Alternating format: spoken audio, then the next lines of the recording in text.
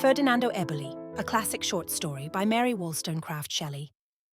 During this quiet time of peace, we are fast forgetting the exciting and astonishing events of the Napoleonic Wars, and the very names of Europe's conquerors are becoming antiquated to the ears of our children. Those were more romantic days than these, for the revulsions occasioned by revolution or invasion were full of romance, and travellers in those countries in which these scenes had place hear strange and wonderful stories, whose truth so much resembles fiction that, while interested in the narration, we never give implicit credence to the narrator. Of this kind is a tale I heard at Naples.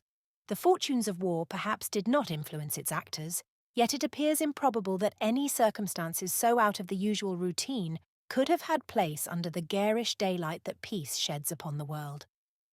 When Murat, then called Gioacchino, King of Naples, raised his Italian regiments, several young nobles, who had before been scarcely more than vine-dressers on the soil, were inspired with a love of arms, and presented themselves as candidates for military honours. Among these was the young Count Eboli. The father of this youthful noble had followed Ferdinand to Sicily, but his estates lay principally near Salerno, and he was naturally desirous of preserving them, while the hopes that the French government held out of glory and prosperity to his country made him often regret that he had followed his legitimate but imbecile king to exile. When he died, therefore, he recommended his son to return to Naples to present himself to his old and tried friend, the Marchese Spina, who held a high office in Murat's government, and through his means to reconcile himself to the new king. All this was easily achieved. The young and gallant count was permitted to possess his patrimony, and as a further pledge of good fortune, he was betrothed to the only child of the Marchese Spina. The nuptials were deferred till the end of the ensuing campaign. Meanwhile, the army was put in motion, and Count Eboli only obtained such short leave of absence as permitted him to visit for a few hours the villa of his future father-in-law, there to take leave of him and his affianced bride. The villa was situated on one of the Apennines to the north of Salerno, and looked down, over the plain of Calabria, in which Paestum is situated, onto the blue Mediterranean. A precipice on one side, a brawling mountain torrent, and a thick grove of ilex added beauty to the sublimity of its site. Count Eboli ascended the mountain path in all the joy of youth and hope. His stay was brief, an exhortation and a blessing from the Marchese, a tender farewell graced by gentle tears from the fair Adelinda were the recollections he was to bear with him, to inspire him with courage and hope in danger and absence. The sun had just sunk behind the distant isle of Istria, when, kissing his lady's hand, he said a last "Addio," and with slower steps and more melancholy mien, rode down the mountain on his road to Naples. That same night, Adelinda retired early to her apartment, dismissing her attendants. And then, restless from mingled fear and hope, she threw open the glass door that led to a balcony looking over the edge of the hill upon the torrent, whose loud rushing often lulled her to sleep, but whose waters were concealed from sight by the ilex trees, which lifted their topmost branches above the guarding parapet of the balcony. Leaning her cheek upon her hand, she thought of the dangers her lover would encounter, of her loneliness the while, of his letters, and of his return. A rustling sound now caught her ear. Was it the breeze among the ilex trees? Her own veil was unwaved by every wind, her tresses even, heavy in their own rich beauty only, were not lifted from her cheek. Again those sounds.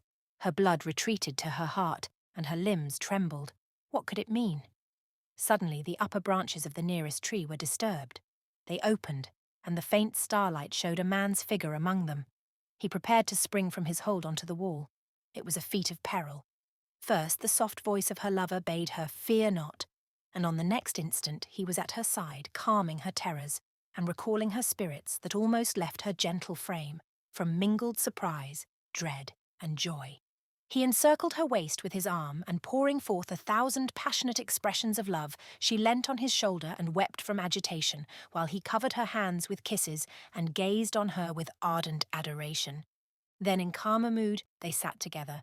Triumph and joy lighted up his eyes, and a modest blush glowed on her cheek, for never before had she sat alone with him, nor heard unrestrained his impassioned assurances of affection. It was indeed love's own hour. The stars trembled on the roof of his eternal temple. The dashing of the torrent, the mild summer atmosphere, and the mysterious aspect of the darkened scenery were all in unison to inspire security and voluptuous hope. They talked of how their hearts, through the medium of divine nature, might hold commune during absence, of the joys of reunion, and of their prospect of perfect happiness. The moment at last arrived when he must depart. "One tress of this silken hair," said he, raising one of the many curls that clustered on her neck. "I will place it on my heart, a shield to protect me against the swords and balls of the enemy." He drew his keen-edged dagger from its sheath. "Ill weapon for so gentle a deed," he said, severing the lock, and at the same moment many drops of blood fell fast on the fair arm of the lady. He answered her fearful inquiries by showing a gash he had awkwardly inflicted on his left hand. First he insisted on securing his prize, and then he permitted her to bind his wound, which she did half laughing, half in sorrow, winding round his hand a riband loosened from her own arm. "Now farewell," he cried. "I must ride 20 miles ere dawn, and the descending bear shows that midnight is past." His descent was difficult, but he achieved it happily, and the stave of a song, whose soft sounds rose like the smoke of incense from an altar, from the dell below, to her impatient ear, assured her of his safety. As is always the case when an account is gathered from eyewitnesses, I never could ascertain the exact date of these events. They occurred, however, while Murat was king of Naples, and when he raised his Italian regiments, Count Eboli, as aforesaid, became a junior officer in them, and served with much distinction, though I cannot name either the country or the battle in which he acted so conspicuous a part that he was on the spot promoted to a troop. Not long after this event, and while he was stationed in the north of Italy, Gioacchino, sending for him to headquarters late one evening, entrusted him with a confidential mission across a country occupied by the enemy's troops to a town possessed by the French. It was necessary to undertake the expedition during the night, and he was expected to return on that succeeding the following day. The king himself gave him his dispatches and the word, and the noble youth, with modest firmness, protested that he would succeed, or die, in the fulfilment of his trust. It was already night, and the crescent moon was low in the west, when Count Ferdinando Eboli, mounting his favourite horse, at a quick gallop, cleared the streets of the town, and then, following the directions given him, crossed the country among the fields planted with vines, carefully avoiding the main road. It was a beauteous and still night. Calm and sleep occupied the earth. War, the bloodhound, slumbered. The spirit of love alone had life at that silent hour. Exulting in the hope of glory, our young hero commenced his journey, and visions of aggrandizement and love formed his reveries. A distant sound roused him. He checked his horse and listened. Voices approached. When recognizing the speech of a German, he turned from the path he was following to a still straighter way. But again the tone of an enemy was heard, and the trampling of horses. Eboli did not hesitate. He dismounted, tied his steed to a tree, and skirting along the enclosure of the field, trusted to escape thus unobserved. He succeeded after an hour's painful progress, and arrived on the borders of a stream, which, as the boundary between two states, was the mark of his having finally escaped danger. Descending the steep bank of the river, which with his horse he might perhaps have forded, he now prepared to swim.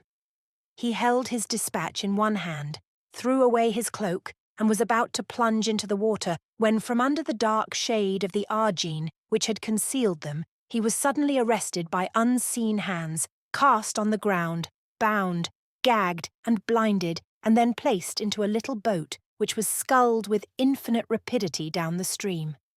There seemed so much of premeditation in the act that it baffled conjecture. Yet he must believe himself a prisoner to the Austrian.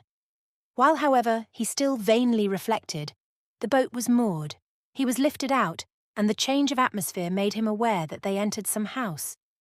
With extreme care and celerity, yet in the utmost silence, he was stripped of his clothes, and 2 rings he wore drawn from his fingers. Other habiliments were thrown over him, and then no departing footstep was audible.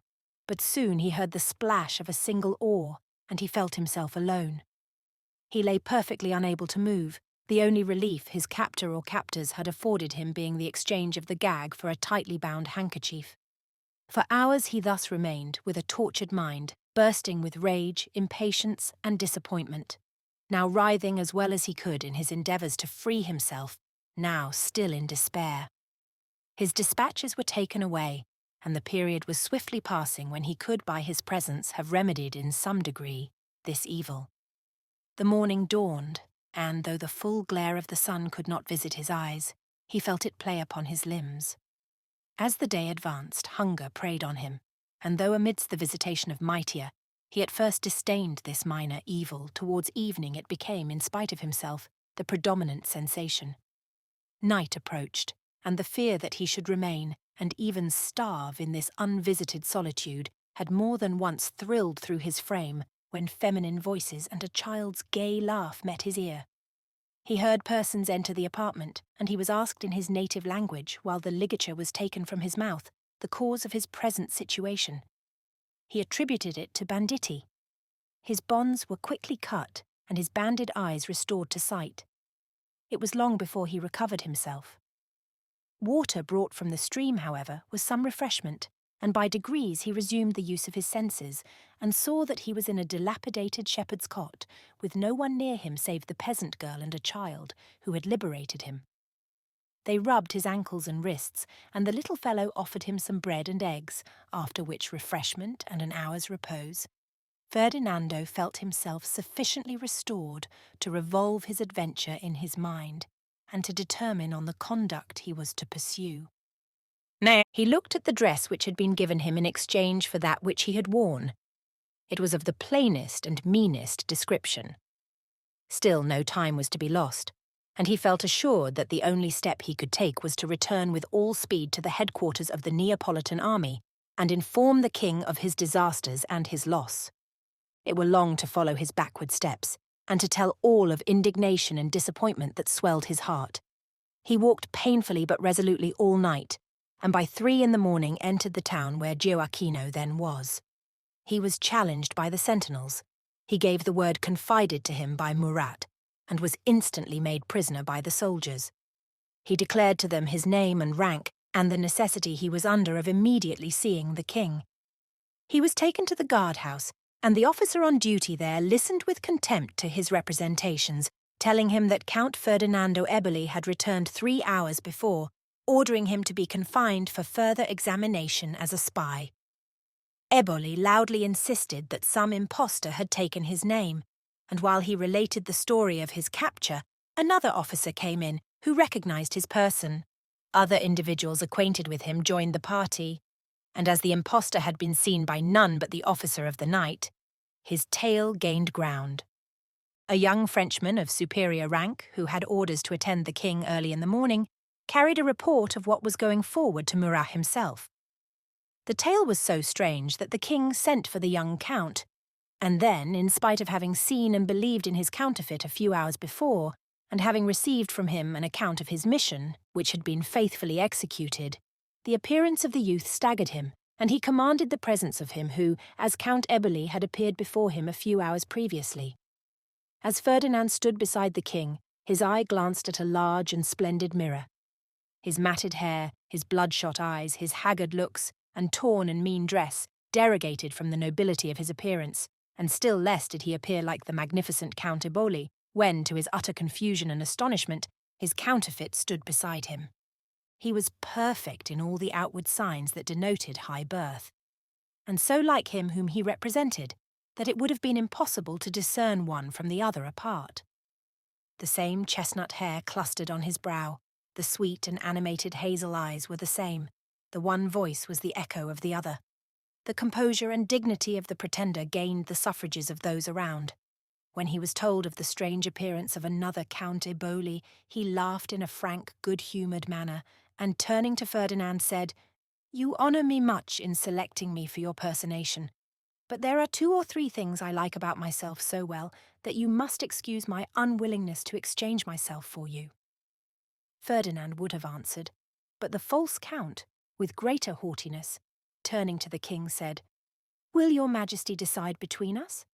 I cannot bandy words with a fellow of this sort." Irritated by scorn, Ferdinand demanded leave to challenge the pretender, who said that if the king and his brother officers did not think that he should degrade himself and disgrace the army by going out with a common vagabond, he was willing to chastise him, even at the peril of his own life. But the king, after a few more questions, feeling assured that the unhappy noble was an impostor, in severe and menacing terms reprehended him for his insolence, telling him that he owed it to his mercy alone that he was not executed as a spy, ordering him instantly to be conducted without the walls of the town, with threats of weighty punishment if he ever dared to subject his impostures to further trial. It requires a strong imagination and the experience of much misery fully to enter into Ferdinand's feelings. From high rank, glory, hope and love, he was hurled to utter beggary and disgrace.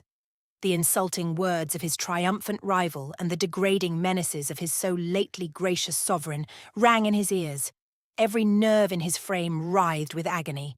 But fortunately for the endurance of human life, the worst misery in early youth is often but a painful dream, which we cast off when slumber quits our eyes.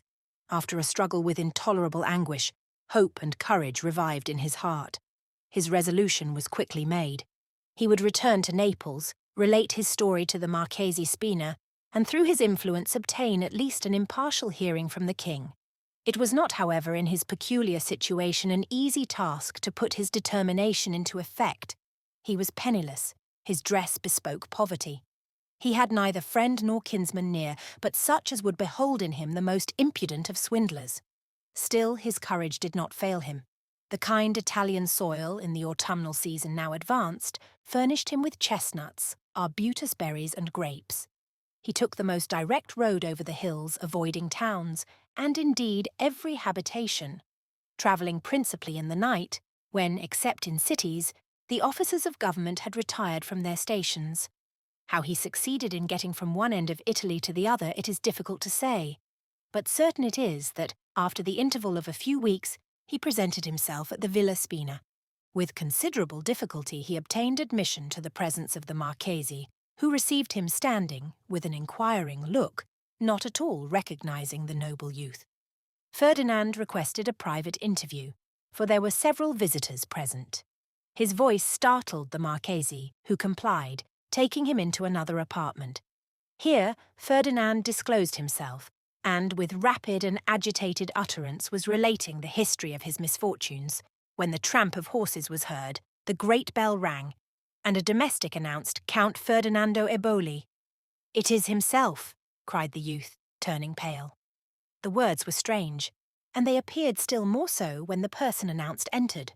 The perfect semblance of the young noble, whose name he assumed as he had appeared when last at his departure, he trod the pavement of the hall. He inclined his head gracefully to the Baron, turning with a glance of some surprise, but more disdain, towards Ferdinand, exclaiming, "Thou here!" Ferdinand drew himself up to his full height. In spite of fatigue, ill fare, and coarse garments, his manner was full of dignity. The Marchese looked at him fixedly, and started as he marked his proud mien, and saw in his expressive features the very face of Eboli. But again he was perplexed when he turned and discerned, as in a mirror, the same countenance reflected by the newcomer, who underwent this scrutiny somewhat impatiently.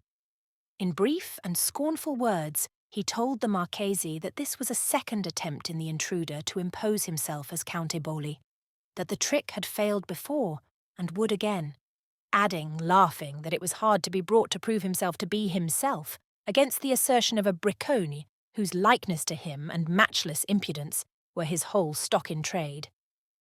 "Why, my good fellow," continued he sneeringly, "you put me out of conceit with myself, to think that one apparently so like me should get on no better in the world." The blood mounted into Ferdinand's cheeks on his enemy's bitter taunts. With difficulty, he restrained himself from closing with his foe, while the words, "traitorous impostor," burst from his lips. The Baron commanded the fierce youth to be silent, and moved by a look that he remembered to be Ferdinand's, he said gently, "By your respect for me, I adjure you to be patient. Fear not but that I will deal impartially." Then turning to the pretended Eboli, he added that he could not doubt but that he was the true Count, and asked excuse for his previous indecision. At first the latter appeared angry, but at length he burst into a laugh, and then, apologizing for his ill breeding, continued laughing heartily at the perplexity of the Marchese. It is certain his gaiety gained more credit with his auditor than the indignant glances of poor Ferdinand. The false count then said that after the king's menaces he had entertained no expectation that the farce was to be played over again. He had obtained leave of absence, of which he profited to visit his future father-in-law, after having spent a few days in his own palazzo at Naples. Until now, Ferdinand had listened silently, with a feeling of curiosity, anxious to learn all he could of the actions and motives of his rival. But at these last words, he could no longer contain himself. "What?" cried he. "Hast thou usurped my place in my own father's house, and dared assume my power in my ancestral halls?" A gush of tears overpowered the youth. He hid his face in his hands. Fierceness and pride lit up the countenance of the pretender. "By the eternal God and the sacred cross, I swear," he exclaimed, "that palace is my father's palace, those halls the halls of my ancestors." Ferdinand looked up with surprise. "And the earth opens not," he said, "to swallow the perjured man." He then, at the call of the Marchese, related his adventures, while scorn mantled on the features of his rival. The Marchese, looking at both, could not free himself from doubt. He turned from one to the other.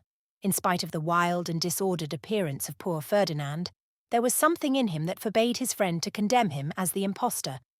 But then it was utterly impossible to pronounce such the gallant and noble-looking youth who could only be acknowledged as the real count by the disbelief of the other's tale. The Marchese, calling an attendant, sent for his fair daughter. "This decision," said he, "shall be made over to the subtle judgment of a woman, and the keen penetration of one who loves." Both the youths now smiled, the same smile, the same expression, that of anticipated triumph. The Baron was more perplexed than ever.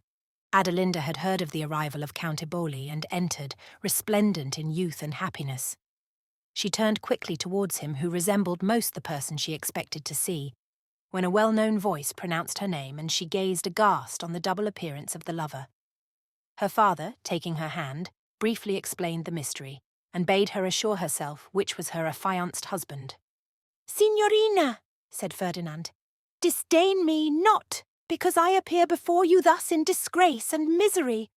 Your love, your goodness will restore me to prosperity and happiness." "I know not by what means," said the wondering girl, "but surely you are Count Eboli." "Adelinda," said the rival youth, "waste not your words on a villain, lovely and deceived one, I trust. Trembling I say it, that I can with one word assure you that I am Eboli." "Adelinda," said Ferdinand, "I place the nuptial ring on your finger. Before God your vows were given to me."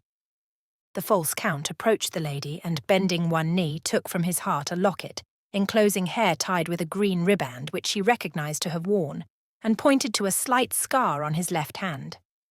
Adelinda blushed deeply and, turning to her father, said, motioning towards the kneeling youth, "He is Ferdinand." All protestations now from the unhappy Eboli were vain. The Marchese would have cast him into a dungeon, but at the earnest request of his rival he was not detained, but thrust ignominiously from the villa.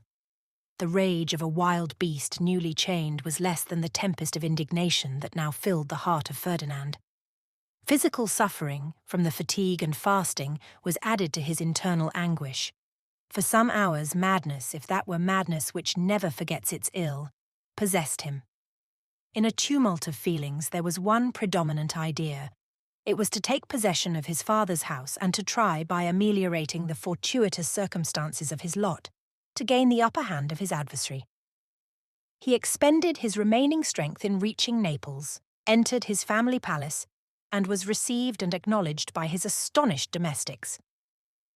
One of his first acts was to take from a cabinet a miniature of his father encircled with jewels, and to invoke the aid of the paternal spirit. Refreshment and a bath restored him to some of his usual strength, and he looked forward with almost childish delight to one night to be spent in peace under the roof of his father's house. This was not permitted, Ere midnight the great bell sounded. His rival entered as master with the Marchese Spina. The result may be divined. The Marchese appeared more indignant than the false Eboli. He insisted that the unfortunate youth should be imprisoned. The portrait, whose setting was costly, found on him, proved him guilty of robbery. He was given into the hands of the police and thrown into a dungeon. I will not dwell on the subsequent scenes. He was tried by the tribunal, condemned as guilty, and sentenced to the galleys for life. On the eve of the day when he was to be removed from the Neapolitan prison to work on the roads in Calabria, his rival visited him in his dungeon. For some moments both looked at the other in silence. The impostor gazed on the prisoner with mingled pride and compassion. There was evidently a struggle in his heart. The answering glance of Ferdinand was calm, free, and dignified. He was not resigned to his hard fate, but he disdained to make any exhibition of despair to his cruel and successful foe. A spasm of pain seemed to wrench the bosom of the false one, and he turned aside, striving to recover the hardness of heart which had hitherto supported him in the prosecution of his guilty enterprise. Ferdinand spoke first. "What would the triumphant criminal with his innocent victim?" His visitant replied haughtily, "Do not address such epithets to me, or I leave you to your fate. I am that which I say I am." "To me this boast!" cried Ferdinand scornfully. "But perhaps these walls have ears." "Heaven at least is not deaf," said the deceiver, favouring heaven, which knows and admits my claim. "But a truce to this idle discussion. Compassion, a distaste to see one so very like myself in such ill condition, a foolish whim, perhaps, on which you may congratulate yourself, has led me hither. The bolts of your dungeon are drawn. Here is a purse of gold. Fulfill one easy condition, and you are free. And that condition? Sign this paper." He gave to Ferdinand a writing containing a confession of his imputed crimes. The hand of the guilty youth trembled as he gave it. There was confusion in his mien and a restless, uneasy rolling of his eye. Ferdinand wished in one mighty word, potent as lightning, loud as thunder, to convey his burning disdain of this proposal. But expression is weak, and calm is more full of power than storm. Without a word, he tore the paper in 2 pieces and threw them at the feet of his enemy. With a sudden change of manner, his visitant conjured him, in voluble and impetuous terms, to comply. Ferdinand answered only by requesting to be left alone. Now and then a half-word broke uncontrollably from his lips, but he curbed himself. Yet he could not hide his agitation when, as an argument to make him yield, the false count assured him that he was already married to Adelinda.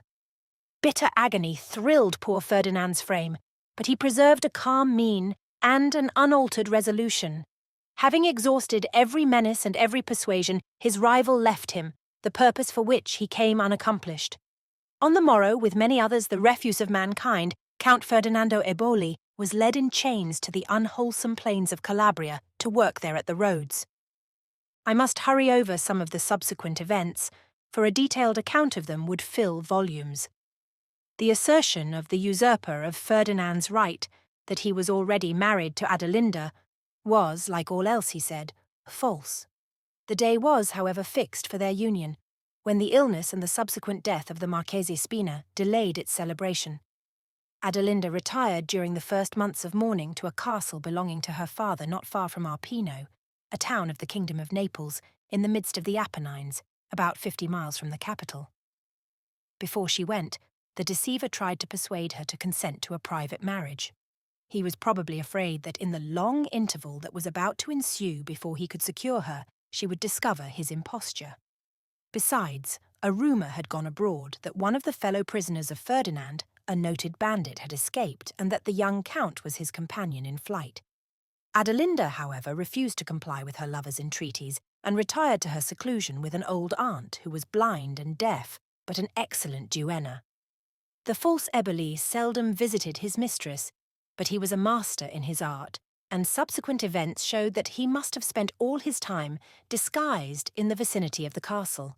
He contrived by various means, unsuspected at the moment, to have all Adelinda's servants changed for creatures of his own, so that without her being aware of the restraint, she was, in fact, a prisoner in her own house. It is impossible to say what first awakened her suspicions concerning the deception put upon her.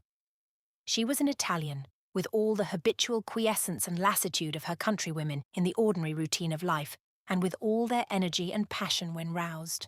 The moment the doubt darted into her mind, she resolved to be assured. A few questions relative to scenes that had passed between poor Ferdinand and herself sufficed for this. They were asked so suddenly and pointedly that the pretender was thrown off his guard. He looked confused and stammered in his replies. Their eyes met. He felt that he was detected, and she saw that he perceived her now confirmed suspicions. A look such as is peculiar to an impostor, a glance that deformed his beauty and filled his usually noble countenance with the hideous lines of cunning and cruel triumph, completed her faith in her own discernment. How, she thought, could I have mistaken this man for my own gentle Eboli? Again their eyes met. The peculiar expression of his terrified her, and she hastily quitted the apartment. Her resolution was quickly formed. It was of no use to attempt to explain her situation to her old aunt. She determined to depart immediately for Naples, throw herself at the feet of Gioacchino, and to relate and obtain credit for her strange history. But the time was already lost when she could have executed this design. The contrivances of the deceiver were complete. She found herself a prisoner. Excess of fear gave her boldness, if not courage. She sought her jailer. A few minutes before she had been a young and thoughtless girl, docile as a child, and as unsuspecting. Now she felt as if she had suddenly grown old in wisdom, and that the experience of years had been gained in that of a few seconds. During their interview she was wary and firm, while the instinctive power of innocence over guilt gave majesty to her demeanour. The contriver of her ills for a moment cowered beneath her eye. At first, he would by no means allow that he was not the person he pretended to be, but the energy and eloquence of truth bore down his artifice, so that at length, driven into a corner, he turned, a stag at bay. Then it was her turn to quail, for the superior energy of a man gave him the mastery. He declared the truth. He was the elder brother of Ferdinand, a natural son of the old Count Eboli. His mother, who had been wronged, never forgave her injurer, and bred her son in deadly hate for his parent, and a belief that the advantages enjoyed by his more fortunate brother were rightfully his own. His education was rude, but he had an Italian's subtle talents, swiftness of perception, and guileful arts. "It would blanch your cheek," he said to his trembling auditress, "could I describe all that I have suffered to achieve my purpose. I would trust to none. I executed all myself. It was a glorious triumph, but due to my perseverance and my fortitude, when I and my usurping brother stood, I, the noble, he, the degraded outcast, before our sovereign."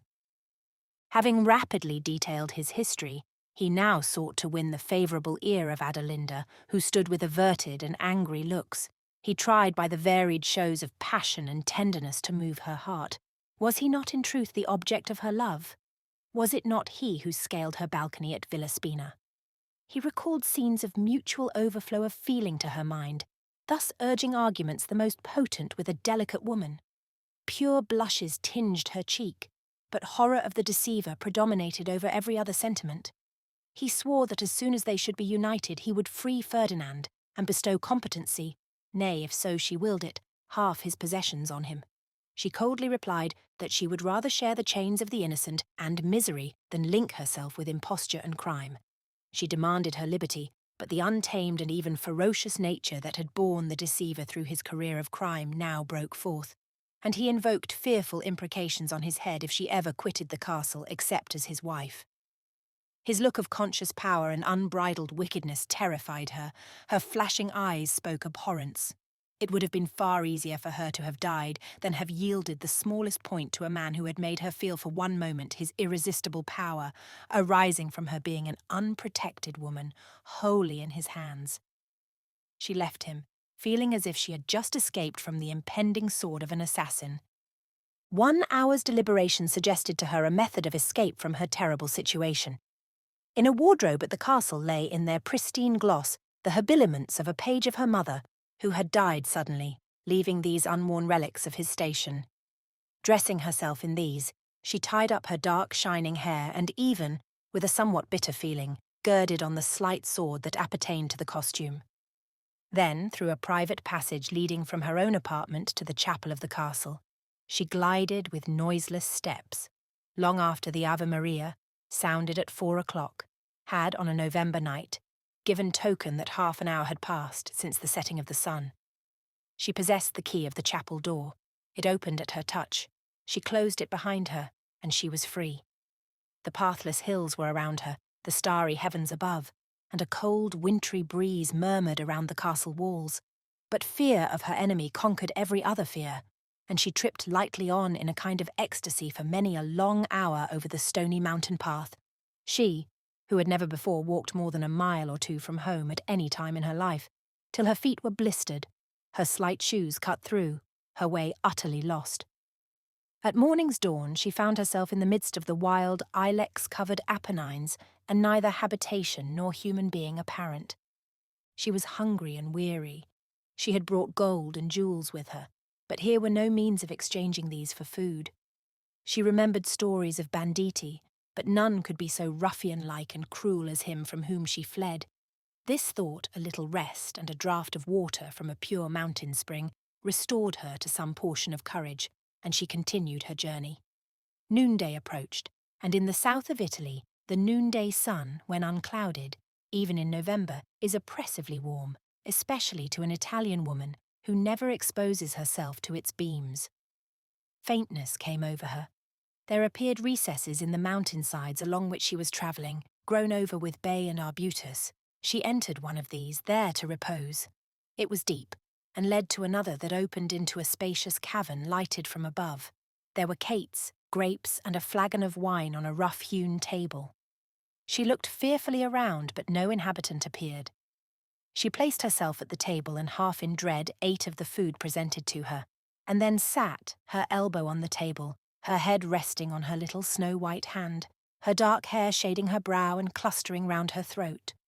An appearance of languor and fatigue was diffused through her attitude, while her soft black eyes filled at intervals with large tears as, pitying herself, she recurred to the cruel circumstances of her lot. Her fanciful but elegant dress, her feminine form, her beauty and her grace, as she sat pensive and alone in the rough, unhewn cavern, formed a picture a poet would describe with delight, an artist loved to paint. She seemed a being of another world, a seraph, all light and beauty, a Ganymede, escaped from his thrall above to his natal Ida. It was long before I recognized, looking down on her from the opening hill, my lost Adelinda. Thus spoke the young Count Eboli when he related this story, for its end was as romantic as its commencement. When Ferdinando had arrived, a galley slave in Calabria, he found himself coupled with a bandit, a brave fellow, who abhorred his chains, from love of freedom, as much as his fellow prisoner did, from all the combination of disgrace and misery they brought upon him. Together they devised a plan of escape, and succeeded in effecting it. On their road, Ferdinand related his story to the outlaw, who encouraged him to hope for a favourable turn of fate, and meanwhile invited and persuaded the desperate man to share his fortunes as a robber among the wild hills of Calabria. The cavern where Adelinda had taken refuge was one of their fastnesses, whither they betook themselves at periods of imminent danger for safety only, as no booty could be collected in that unpeopled solitude. And there, one afternoon, returning from the chase, they found the wandering, fearful, solitary, fugitive girl. And never was lighthouse more welcome to tempest-tossed sailor than was her own Ferdinand to his lady-love. Fortune, now tired of persecuting the young noble, favoured him still further. The story of the lovers interested the bandit chief, and promise of reward secured him. Ferdinand persuaded Adelinda to remain one night in the cave, and on the following morning they prepared to proceed to Naples. But at the moment of their departure, they were surprised by an unexpected visitant. The robbers brought in a prisoner. It was the impostor. Missing on the morrow her who was the pledge of his safety and success, but assured that she could not have wandered far, he dispatched emissaries in all directions to seek her, and himself, joining in the pursuit, followed the road she had taken and was captured by these lawless men, who expected rich ransom from one whose appearance denoted rank and wealth. When they discovered who their prisoner was, they generously delivered him up into his brother's hands. Ferdinand and Adelinda proceeded to Naples. On their arrival, she presented herself to Queen Caroline, and through her, Murat heard with astonishment the device that had been practiced on him. The young count was restored to his honours and possessions, and within a few months afterwards was united to his betrothed bride. The compassionate nature of the count and countess led them to interest themselves warmly in the fate of Ludovico, whose subsequent career was more honourable but less fortunate. At the intercession of his relative, Gioacchino permitted him to enter the army, where he distinguished himself and obtained promotion. The brothers were at Moscow together and mutually assisted each other during the horrors of the retreat. At one time, overcome by drowsiness, the mortal symptom resulting from excessive cold, Ferdinand lingered behind his comrades. But Ludovico, refusing to leave him, dragged him on in spite of himself, till entering a village, food and fire restored him, and his life was saved. On another evening, when wind and sleet added to the horror of their situation, Ludovico, after many ineffective struggles, slid from his horse lifeless. Ferdinand was at his side, and dismounting endeavoured by every means in his power to bring back pulsation to his stagnant blood. His comrades went forward, and the young count was left alone with his dying brother in the white, boundless waste. Once Ludovico opened his eyes and recognised him. He pressed his hand and his lips moved to utter a blessing as he died. At that moment, the welcome sounds of the enemy's approach roused Ferdinand from the despair into which his dreadful situation plunged him. He was taken prisoner, and his life was thus saved. When Napoleon went to Elba, he, with many others of his countrymen, was liberated and returned to Naples.